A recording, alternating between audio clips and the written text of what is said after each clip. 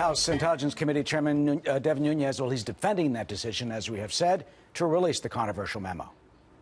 Well, I think what's happening is I think the mainstream media and the Democrats are tying this to the Mueller investigation because they're trying to perpetuate this nonsense of obstruction of justice because they've left the Russia collusion issue. They know there was no collusion.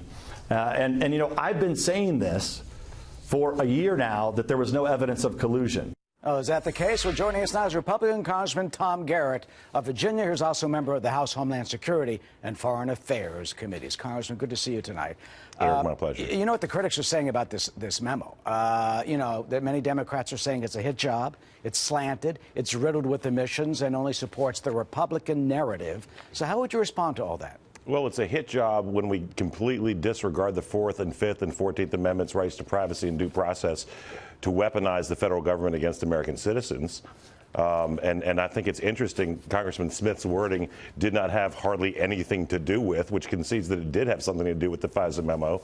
And if I can be a nerd for a moment, Eric, if you know Delaware v. Franks, none of this would be admissible in a court of law because they were dishonest with the tribunal of the court. So they were obviously wanting information in a hurry without regard to its use in a criminal court, which really adds more questions. So can you describe and explain Delaware versus Franks and how that impacts the agents and the officials who brought that to the FISA court? Right. So the FISA court has to review the information presented to it by those seeking the warrant. Those seeking the warrant have a duty of candor before the tribunal. I'm talking lawyer here. I was a prosecutor for a while. And that means they have to disclose all information that's relevant and pertinent. They absolutely, positively did not do that. And whether you're going to get probable cause or not might hinge on whether or not someone might have had a motive to be less than honest, which obviously Mr. Steele did on multiple levels, 2 different paychecks and an animus towards particular American individuals.